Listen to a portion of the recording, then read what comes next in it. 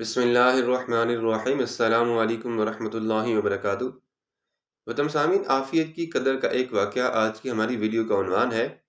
ایک بادشاہ ایک اجمی غلام کے ساتھ کشتی میں بیٹھا ہوا تھا۔ غلام نے اس سے پہلے دریا کو نہیں دیکھا تھا۔ رونا گڑ گڑانا شروع کر دیا اور اس کے جسم پر لرزہ پڑ گیا۔ بادشاہ کا عیش اس سے تلخ ہو گیا کیونکہ نازک طبیعت سے ایسی باتوں کی برداشت نہیں کی جا سکتی۔ ایک عقل مند اس کشتی میں موجود تھا۔ بادشاہ سے کہا کہ اگر آپ حکم دیں تو میں اس کو ایک طریقے سے خاموش کرا سکتا ہوں۔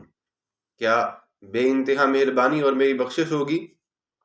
بادشاہ نے حکم دیا کہ غلام کو دریا میں ڈال دیں۔ کئی دفعہ اس نے غوطے کھائے، اس کے بعد اس کے بال پکڑ لیے اور کشتی کے پاس لے آئے۔ جب اوپر چڑھا تو ایک کونے میں بیٹھ گیا اور قرار پایا۔ بادشاہ کو تعجب ہوا، پوچھا کہ یہ حکمت کیا تھی۔